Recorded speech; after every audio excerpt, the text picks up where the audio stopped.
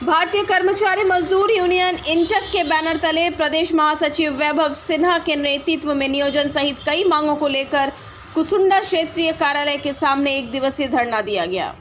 वहीं भाजपा नेता सतीश सिंह के हत्यारों को अविलंब गिरफ्तार करने के लिए एसआईटी का गठन करने तथा इस परिवार की सुरक्षा प्रदान करने की मांग की गई। वहीं इंटक नेता वैभव सिन्हा ने कहा कि कुसुंडा क्षेत्र में चल रहे आउटसोर्सिंग कंपनी BLA-UCC केवल स्थानीय बेरोजगारों का शोषण ही नहीं बल्कि उन्हें नियोजन से भी वंचित कर रखा है।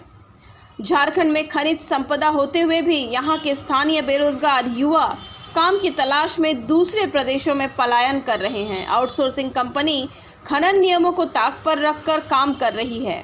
उन्होंने कहा कि अगर कंपनी उनकी मांगों पर विचार नहीं करेगी तो हम लोग आंदोलन करने को बाध्य होंगे और कंपनी का चक्का जाम करेंगे। यहाँ पर BCCL कुसुंडा क्षेत्र में पैथसी में एक खनन परियोजना का संचालन हो रहा है, जिसका ठेका BLA-UCC जॉइंट वेंचर कंपनी को दिया गया है।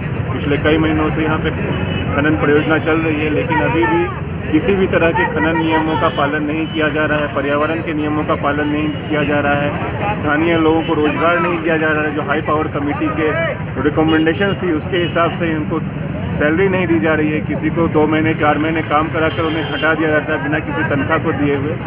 और इसी सब बातों को जो ब्लास्टिंग किया जा रहा है उसमें भी किसी तरह के नियमों का पालन नहीं हो रहा है। तो इन्हीं सब बातों को ध्यान में रखते हुए हमने ध्यान आकृष्ट कराते हुए जो खनन कंपनी के प्रबंधन है उन्हें सेतु पे एक पत्र सौंपा था और उन्हें चेताया था कि इस तरह की जो अनियमितता है उसे तुरंत बंद किया जाए। साथ ही साथ हमने एरिया 6 के महाप्रबंधक महोदय को भी सब बातों से अवगत कराते हुए तमाम ऐसी हरकतों पे अनियमितताओं पे रोक लगाने का आग्रह किया था। लेकिन अभी तक बहुत खेद की बात है कि किसी की तरफ से कोई भी पहल नहीं हुई है। अभी भी सारे नियमों कानून को ताक पर रखकर खनन परियोजनाओं का संचालन किया जा रहा है। तो इसी के विरोध में आज यहाँ पर हम लोग एक दिवसीय धरना दे रहे हैं और ये कार्यक्रम, ये आंदोलन आगे भी चलेगा और इससे और वृहद रूप में आंदोलन का संचालन किया जाएगा। साथ ही साथ हम आज यहाँ ये भी इस बात का जिक्र करना चाहेंगे कि सतीश सिंह जी जो यहाँ के युवा नेता हुआ करते थे, उनकी 5 महीने पहले लगभग हत्या हो गई है, लेकिन उस हत्या की गुत्थी आज तक सुलझी नहीं है।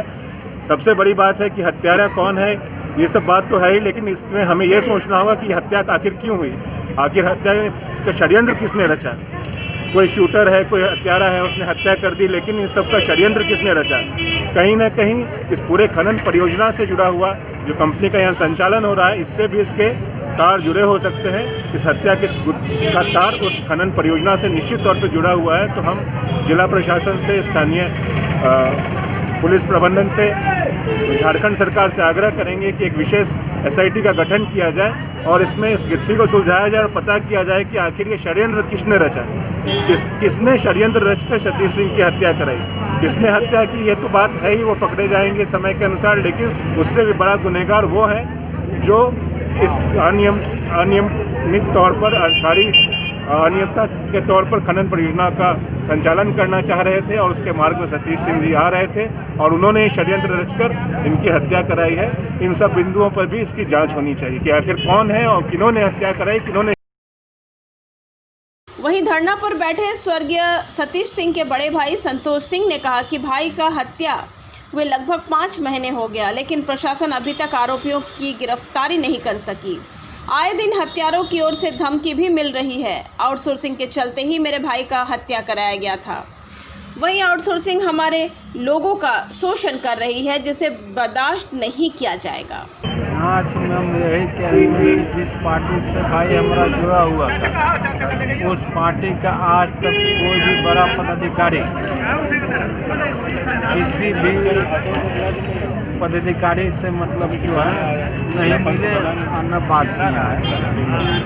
और स्थानीय जो क्रिमिनल जो था सतीश साहब, जिसका नाम आ रहा है विकास सिंह, और रोज सबको धमकी, स्थानीय लोगों को धमकी दे रहा है। प्रशासन से क्या मांग करेंगे? प्रशासन से हम यही मांग करेंगे कि उसको गिरफ्तार किया जाए। आखिर उसको कौन अधिकार दिया है कि वो किसी को धमकी दे। नाम नहीं लेंगे, लेकिन आपको जानकारी के तौर पर दे दे कि आउटसोर्सिंग कंपनी कुछ लोग चला रहे हैं, उसको लोग धमकी दिए। सतीश साहब तक जैसे सतीश का हत्या कर दिए। वहीं इंटक नेता राजेश चौहान ने कहा कि आउटसोर्सिंग के दलालों का जमावड़ा है, वही लोग यहां के युवाओं को भटकाने का काम कर रहे हैं। युवाओं को समझाना और जागना होगा और वैसे दलालों को यहां से मार भगाना होगा, तभी यहां के युवाओं को रोजगार मिल सकेगा।